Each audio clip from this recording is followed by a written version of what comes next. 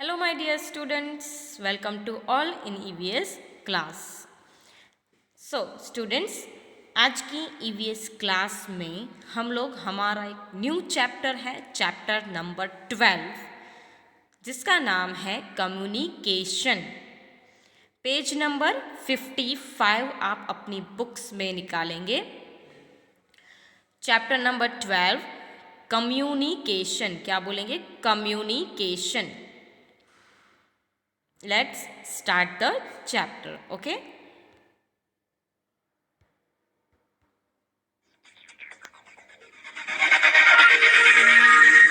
Chapter 12 Communication. Sometimes our relatives and friends stay in faraway places. So we need to send them messages and invitation cards. The means that we use to send these messages are called the means of communication.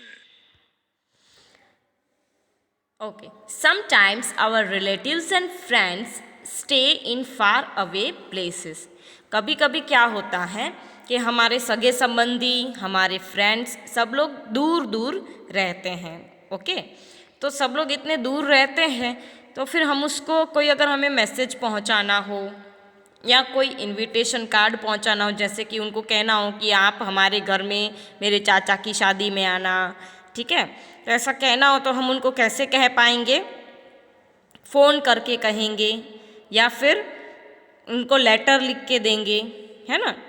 तो ये सारे क्या होते हैं? Means of communication होते हैं, जिसकी वजह से हम हमारे रिलेटिव्स यानी कि हमारे सगे संबंधियों को, हमारे दोस्तों को हमारे मैसेजेस पहुंचाते हैं, जिसके थ्रू हम पहुंचाते हैं, फ़ोन या फिर लेटर हो, कुछ भी हो, तो जिससे हम पहुंचाते हैं उसको हम कहते हैं मीन्स ऑफ कम्युनिकेशन, ठीक है।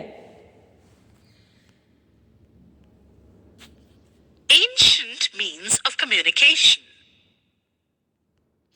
अभी हम एंशियन मीन्स ऑफ कम्युनिकेशन मतलब पुराने ज़माने में जब कुछ भी नहीं था, फ़ोन या लेटर्स ऐसा कुछ नहीं होता था, तो किस तरह से लोग अपने मैसेज दूसरे लोगों तक पहुंचाते थे, ये हम यहाँ पर देखेंगे कि पुराने ज़माने में बहुत ही सालों पहले, बहुत साल पहले किस तरह से लोग एक जगह से दूसरी जगहों तक अपने मैसेज पहुंचाते थे।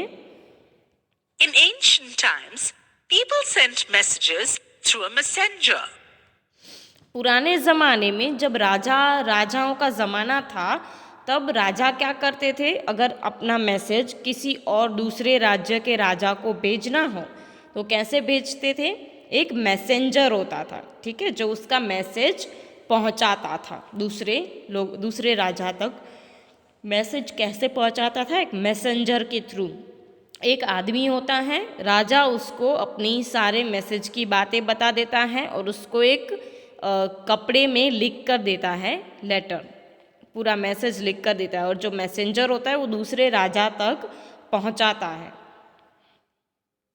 The messenger went either on foot or traveled on horseback, or even a camel was used to convey the message. अब पुराने ज़माने में कोई भी मैसेज अगर पहुंचाना हो तो मैसेंजर, एक आदमी को वो मैसेज दिया जाता है, फिर वो मैसेंजर यानी कि वो आदमी क्या करता है?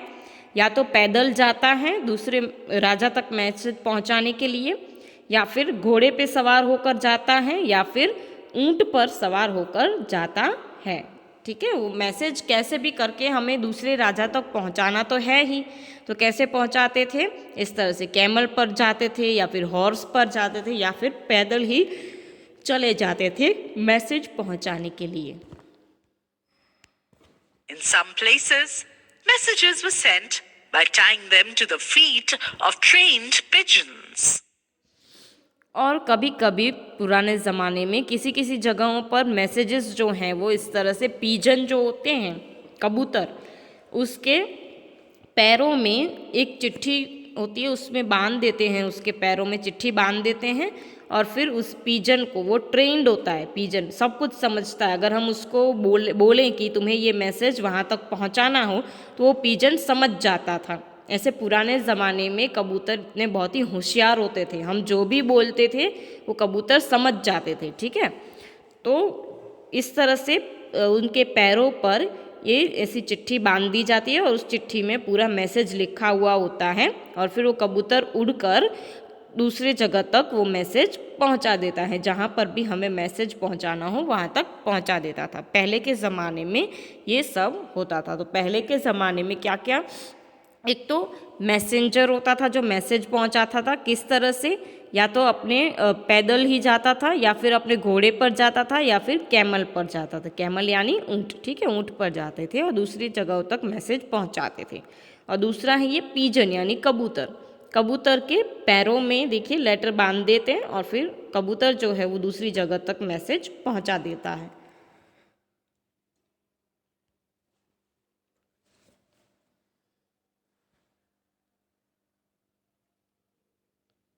Present means of communication.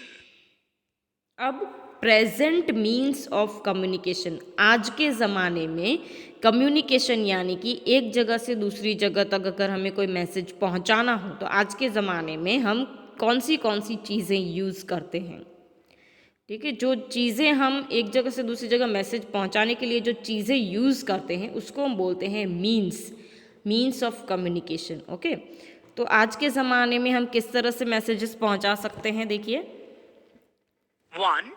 Postal services. इसमें पहला है पोस्टल सर्विसेज, ठीक है। पोस्टल मतलब पोस्ट के थ्रू, पोस्टमैन लेकर जाता है, इस तरह से मैसेजेस पहुंचाता है, वो सब इसमें आता है। The government has given the facility of sending mail through the post. This is called the postal service. The message is written on the postcard or on an inland letter. Sometimes it is written on a separate paper, put in an envelope and sent. To whomsoever the letter is to be sent, his or her name and address has to be written on the envelope. The written letters and the envelope are posted into the letter box. Then the postman collects all the letters and takes them to the post office. Later, he delivers these letters according to the address given on them. Okay, postal service में क्या होता है, post के through हम लोग letters एक जगह से दूसरी जगह पहुंचा सकते हैं। सबसे पहले क्या होता है, जिसको भी मैसेज दूसरी जगह पहुंचाना है वो लेटर लिखता है, एक लेटर में सब कुछ अपना मैसेज पूरा लिख देता है। उसके बाद उस लेटर में जहाँ वो लेटर उसे पहुंचाना है उसका एड्रेस लिख देता है। फिर पोस्टमैन जो है वो एड्रेस देखकर उस एड्रेस तक लेटर्स पहुंचाता है। तो ये है पोस्टल सर्विसेज, जिसमें पोस्टमैन एक जगह से दूसरी जगह तक हमारे मैसेजेस यानी कि लेटर्स पहुंचाता है, ठीक है। तो आज हम ये इतना ही देखेंगे पोस्टल सर्विसेज। आगे की बहुत सारे ऐसे मीन्स ऑफ कम्युनिकेशन है जो आज के ज़माने में मैसेज पहुंचाने के लिए यूज़ होते हैं। तो ये हम दूसरे वीडियो में देखेंगे। Thank you all the students and have a nice day to all.